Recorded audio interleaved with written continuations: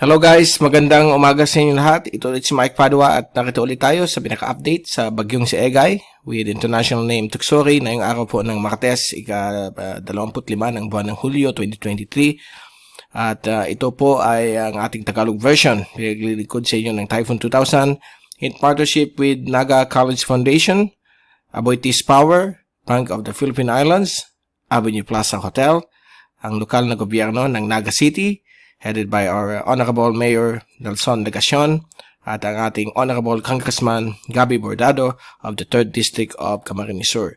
Well, medyo malungkot po na balita. Tayo nalulungkot dahil po itong bagyong ito ay na-attain niya po ang pagiging super typhoon kaninang early morning. Umabot na po siya ng 1-minute average na 240 km per hour. Ang Pag-asa, just 10 kilometers away, magiging super typhoon na po ang kanyang lakas kasi 175 kph yung kanyang 10-minute average. So, isa na po siyang super typhoon based sa 1-minute average at medyo namimiligro po ang area po ng Cagayan. Pati na rin ang buong parte ng Northern Luzon dahil sa possible na malalakas na ulan. At dito rin po, lalong-lalo na po sa may Babuyan at Batanes dahil doon po ang posibleng landfall nitong bagyong ito. At tawag natin dyan, actually ang tawag natin dyan island fall kasi hindi naman talaga siya malaking vast of land. So maliit lang siya, sobrang liit, walang effect ito sa bagyo, but we can call this island fall or landfall or anyway. So medyo maghanda po tayong lahat kasi medyo catastrophic po ang effect nitong bagyong ito. Kapag dinaanan po kayo nitong 240 kph na super typhoon, ay mahintulad po tayo na parang dinaan tayo ng Hiroshima bomb yung damage po na dala nitong bagyo. Lalong-lalo na po yung mga storm surge sa coastal waters po ng extreme northern Luzon. Mula Isabela, Cagayan, hanggang sa may Ilocos provinces, mag-ingat po kayong lahat dahil malalaki pong alon na pwedeng idulot itong bagyong ito. Pwedeng umawat po ng 6 na metro ang taas. Okay? And then, dito po sa latest natin, update number 4, kaninang umaga, na inisyu natin sa typhoon2000.info, ay binanggit natin na ito po ay naging isa na pong super typhoon. Ito po ang pangalawang super typhoon na yung season na ito, 2023. At base sa forecast nga ng mga climate models, pag mayroon tayong El Nino, medyo tumataas po ang formation ng mga super typhoons. So let's hope and pray na sana wala nang sumunod dito.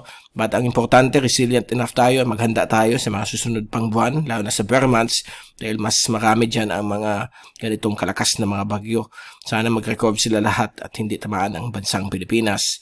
So for the next 12 to 24 hours, ito po ay dadaan na po sa may Balintang Channel. At between 2 to 8 a.m. bukas, papakita natin mamaya sa inyo yung track kung anong oras siya dadaan. Kaya yung Babuyan Group of Islands ay nasa very high strike probability of more than 90% na dadaanan talaga siya. Pati ang computer models ay medyo mataas na po ang probability. Point of no return na po ito. Kahit umakyat ng bahagya ay makaka-affect po ito ng bibigay ng damaging winds ng bagyong ito. At pagdating po sa ulan, 50 to more than 100 millimeters ang inaasahan sa loob ng 24 oras sa Cagayan Valley. Mag-uumpisay na yung araw na ito hanggang Wednesday or Thursday. Bakit Thursday? Kasi po, nandyan po yung ulan dala ng habagat pag alis niya. Kasi Thursday, landfall siya sa Southern China, may effect yung habagat. So, may maulan pa rin. At sa ibang bahagi ng Northern Luzon, simulan mamayang gabi hanggang same din, Wednesday hanggang Thursday. So, mag-ingat po tayong lahat dahil po ang ulan na ito ay pwedeng umabot po na up to 300 millimeters kapag dahil po sa kalakihan ng kanyang sirkulasyon. Umabot po ng 1,000 kilometro ang diametro po ng bagyong ito. Kaya medyo tatagal yung mga pag-ulan sa Hilagang Luzon, mga 1 hanggang 2 araw. At pagdating naman po sa damaging winds, ito po ang Cagayan at Babuyan Island Group, kasama din ang Batanes, ay makakaranas po ng hangin of more than 100 kilometers per hour. So, later this afternoon, nadamay na rin po dyan ang Ilocos provinces dahil po sa pagkalaki ng kanyang sirkulasyon. At kapag lumiit naman, so ito lang yung area na binabanggit natin dahil po pag nagdaan yan sa may Balintang Channel, magkakaroon po yan ng interaction sa landmass, land interaction na tinatawag. Liliit yung wind area niya. So ito lang mga areas nito ang medyo mapiligro na makakaranas po ng grabing lakas ng hangin.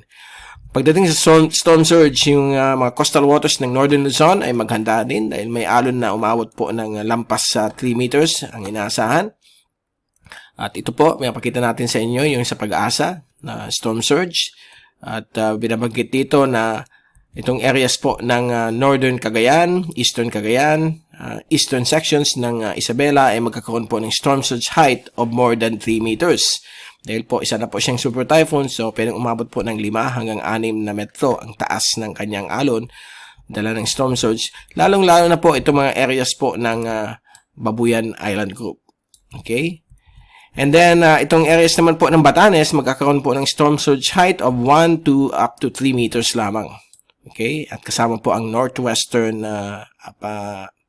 Cagayan, and ito rin pong Ilocos provinces. So, magkakaroon po sila ng storm surge dahil po sa hangin na dala nitong bagyong ito.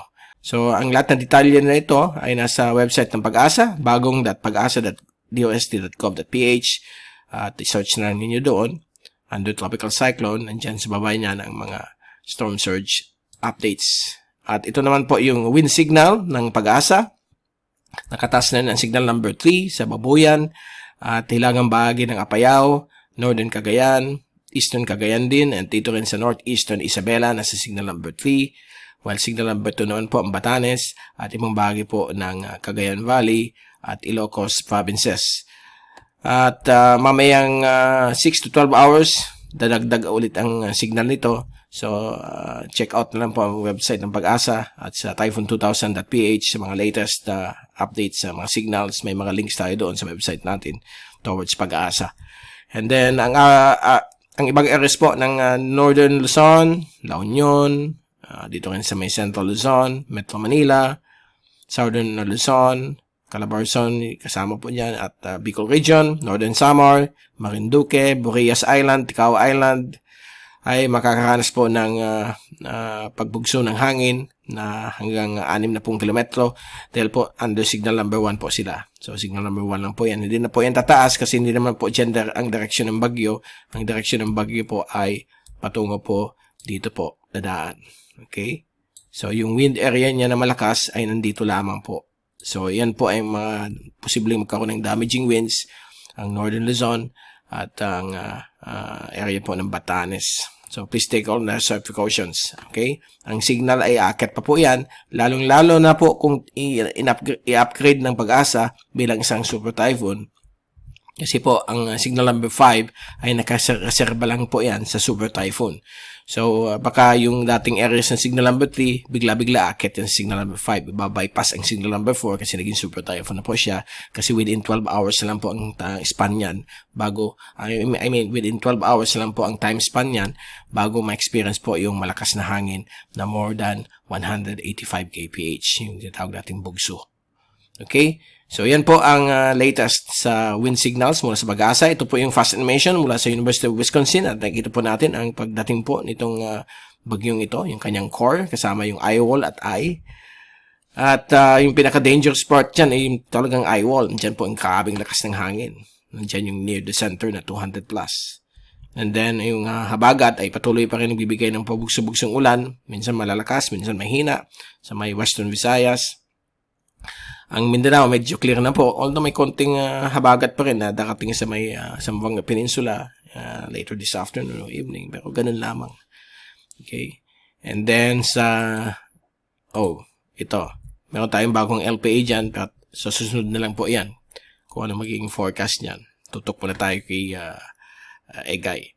Ito po yung infrared satellite loop mula sa weathernerds.org.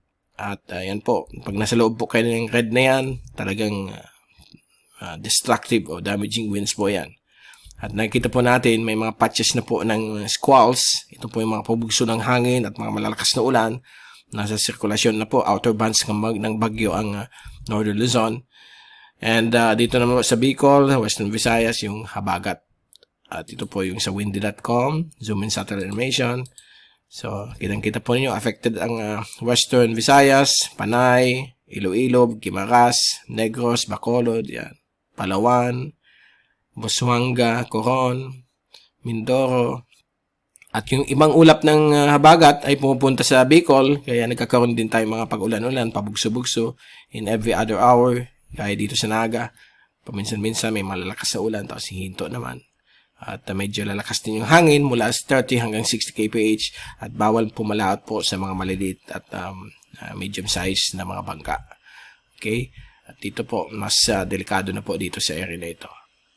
Yan po yung mga dumadaan ng mga squall lines na tinatawag. Kasama po yun sa rain bands ng storm. Pag sinabi natin squall, yan po yung subasco, yung pabigla-biglang malakas na hangin.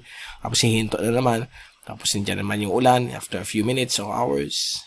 So, magde-deteriorate na po yan mamayang gabi. At ito po yung tracking natin kaninang umaga. At i-zoom natin. So, ito po yung possible na tracking niya at mataas na po ang probability nito up to 90 or 98% ang track niya. At dyan po siya dadaan at inaasahan po siyang magkakaroon po ng damaging winds simula mamayang gabi hanggang bukas ng umaga ang Cagayan Valley. So, ang mga provinces under Cagayan Valley ay magkakaroon ng damaging winds of 100 to 130 kph sa Isabela, Cagayan, Kalinga, Apayao, Ilocos Norte, kasama po ang Ilocos Norte, okay, ayan, Abra, at magiging mas malakas po dito sa may Babuyan, Cubao Islands. So, ang possible landfall po ay dito po sa may Camiguin Island ng Babuyan, hindi po yung Camiguin Island sa baba, iba po yun. So, dito po siya magla-landfall and then posibleng tamaan o maglandfall din or malapit na malapit sa Calayan Island, mga alas 8 ng umaga bukas. So, between 2 a.m. to 8 a.m. ang pag-passage niya sa may Babuyan Island Group. So, dito po ay makakaranas po silang bugso ng hangin na more than 130 kph. So, pwedeng umabot ng 200 dahil po nasa malapit po sila sa eye. Pag dumaan yung eye, biglang magkalmado, ay a few minutes lang yan, tapos babalik ulit yung malakas na hangin. Okay, so yan po ang hangin at damaging winds na idadala ng bagyo sa Babuyan at northern Cagayan, kasamang Apakay. At lalo na po sa may Port Santa Ana, sa may Santa Ana, Cagayan, kabi po dyan ang malalakas na hangin. At yung sinasabi ko kanina, yung storm surge. At ito naman areas ng northern Luzon, ay mula 60 to 100 kph lang ang bugso ng hangin na inaasahan, pero magka-cause rin yan ng grabing effect. At so yan po ang tracking ng bagyo. So mag-ingat po kayong lahat dyan sa dulong hilagang Luzon sa pag-passage ng bagyong ito within the next 24 hours. And ito po yung track ng lahat ng Asian agencies. Same lang naman po ang mga possible effects niyan. And yung forecast track ng computer models for the next 48 hours ay talagang dito na talaga siya sa may Babuyan Island Group. Medyo mataas po ang probability niyan, nasa high. And sa rain forecast for the next 3 days, ayan.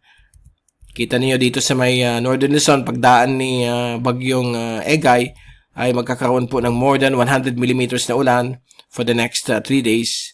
So, baka umabot ng 300 millimeters ang ibang areas. So, mag-ingat po kayo sa mga possible flooding at landslides sa low-lying areas. At dito rin po sa western sections po ng Visayas, western sections ng Luzon, including Metro Manila, at dito rin sa may Occidental Mindoro at Northern Palawan. And kasama po ang Coron at Busuanga sa possible pong malalakas na ulan dala ng habagat na pwedeng umabot from 50 to 90 millimeters sa loob ng 3 araw. At dito rin sa Bicol region, ang western sections like Pasacao, Balatan, western sections ng Albay, Sorsogon, Masbate, ay magkakaroon din po ng mga pabugso-bugsong ulan dala ng habagat na mula 10 millimeters hanggang 50 millimeters lamang po ang inaasahan dyan. So, mas grabe po dito sa may dulong hilagang Luzon na magkakaroon po ng grabing ulan. Yung mga nagtatanong po sa Metro Manila, siyempre sabihin nila bakit sumisilip yung haring araw, na wala naman sigurong bagyo, wala na. Tingnan ninyo, okay? Ito yung circulation ng bagyo. Ito po yung, palitan natin ng kulay. Ito po yung habagat. Okay? Balik tayo sa So, yan pula na yan yung boundary ng circulation ng bagyo. Ito yung habagat, yung sa may blue. So, naapektuhan pa lang na yon ay ang Mimaropa at Western Visayas at Bicol region. Samantala, dito sa may Batangas, nagsisimula na rin mga pabugso-bugsong ulan. Metro Manila, tumawag yung kapatid ko, sabi niya, good weather, may sunshine. Hindi pa po yan, okay? Dahil po, nasa tinatawag tayong line of sight. Tingnan niyo ha. Pag itong bagyong ito ay nandito na, move natin yung circulation ng bagyo, ganyan. And then, yung habagat nandito na. So, beginning tonight, buong araw bukas, apektado na po ang Metro Manila at yung mga areas po ng Central Luzon ng habagat. So, watch out for that. Okay, mag-iingat po tayong lahat, magdala ng payong at kapote kapag kayo lumabas. At mag-ingat po wag dumaan sa mga flooded areas. Alam natin, pag grabing ulan sa Manila, baha kaagad. Okay? So, yan po ang ating pinaka-latest. We will keep you updated. Tune in lang sa ating website, MrTyphoon.com, Facebook po yan, saka sa MrTyphoon.tv, sa YouTube channel po natin yan. At also sa ating website, Typhoon2000.ph, o kaya dun sa advisory page natin, Typhoon2000.info, sa mga latest updates sa bagyong si Egay. At babalik ulit tayo within the next 24 hours. Ito si Mike Padua saying, stay safe always. Let's all pray to God na sana okay tayo lahat. At malampasan natin itong bagyong ito. At sana nasa mabuti kayong kalagayan. So, be hashtag TyphoonWiser. At maraming salamat po sa pagpunod nyo sa aking channel.